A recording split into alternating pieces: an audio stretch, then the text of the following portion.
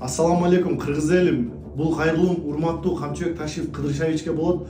Камчыбек Ташиев Кыдыршаевичти көрүп эле жүрөбүз. Өтө көптөгөн иштерди кылып атат. Өтө көптөгөн карапайым семьяларга жардам берип атат. Карапайым элдин маселелерин чечип келип атат.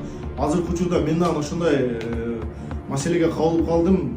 Өзүбүздүн эле жердештер бизге красный зонадан жер сатып койгон экен 2020-жылы.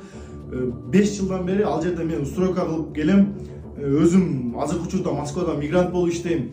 5 жылдан бери стройка жүрүп, быйылкы жылда Кудай кааласа бүтөт деп атканда МЧСтен адамдар келип турган, бул жер красный зона, стройка кылганга болбойт деп уже бүтөйүн деген тамга запрет басып кеттилер. Ошол себептен Камчыбек Ташиев Кыдыршаев, сизден суранам ушул маселени чечип беришиңизди. Сизден суранам, өзүм Жалал Абад областынын Базар Коргон районунан болом. Базар Коргондо туулуп өскөм.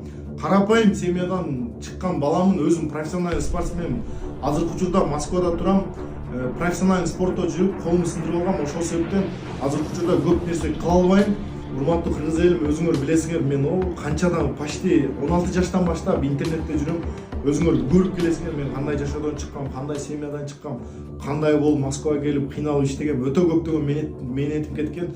Ал жерде бир гана эмес, менин жанымда да соседтериме, кошуналарыма алдап сатып коюптур. Бир эле адам менин кошуналарыма саткан экен, ошентип алдап.